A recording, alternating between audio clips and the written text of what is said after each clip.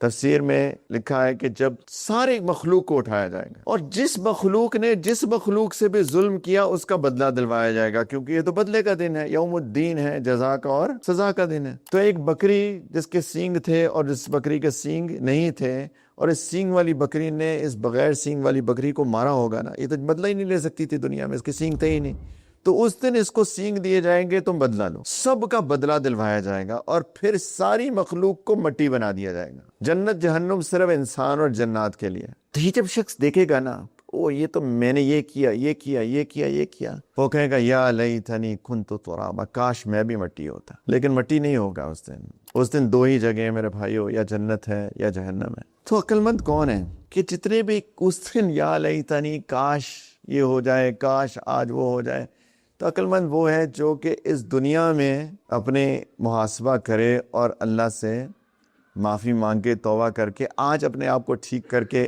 اس راستے پہ چلائے جو کہ رسول کا، اللہ اور اللہ کے رسول کا راستہ۔ یہ عقل مند ہے کہ نہیں؟ آج جتنے بھی گناہ کیے ہیں انسان، آج کہے نا کاش میں نے نہ کیے ہوتے، کاش میں نے چوری نہ کی ہوتی، زنا نہ کیا ہوتا، شراب نہ پی ہوتی، ڈاکہ نہ مارا ہوتا، کاش میں نے یہ نہ کیا ہوتا۔ تو اس کاش کا آج فائدہ ہے کہ نہیں؟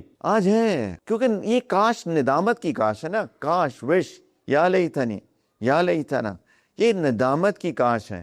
لیکن دنیا میں اس کاش کا فائدہ ہے، کیونکہ اس ندامت کی وجہ سے آج اگر انسان توبہ کر لے تو اللہ تعالیٰ تو توبہ معاف کرنے کے لیے تیار ہے۔ کیا کیا ہو تو توبہ نہیں ہو سکتی، شرک کیا ہو توبہ کر لے معاف نہیں ہوگا؟ نہیں یار، یہ سارے جو مہاجرین صحابہ تھے اکثر مشرک تھے، سب نے اکثر شرک کر رہے تھے نا، کوئی کسی بت کی پوجا، کوئی کسی بت کی پوجا۔ کچھ حنیف تھے جنہوں نے بتوں، لیکن وہ تو صحابہ بن گئے یار۔ کسی نے حرام کھایا ہو وہ بھی معاف ہو جائے گا، کسی کا حق مارا ہو اس سے جا کے معافی مانگ لو۔ میں یہ تو کہہ نہیں رہا، میں کہہ رہا ہوں کہ آج مجھے ندامت ہو جائے، کوئی میں نے ایسا کون سا وہ ایسا گناہ ہے، میرا سوال یہ ہے کہ آج مجھے ندامت ہو اور میں توبہ کروں اور وہ معاف نہ ہو، وہ کون سا ایسا گناہ ہے؟ یہ میرا سوال ہے۔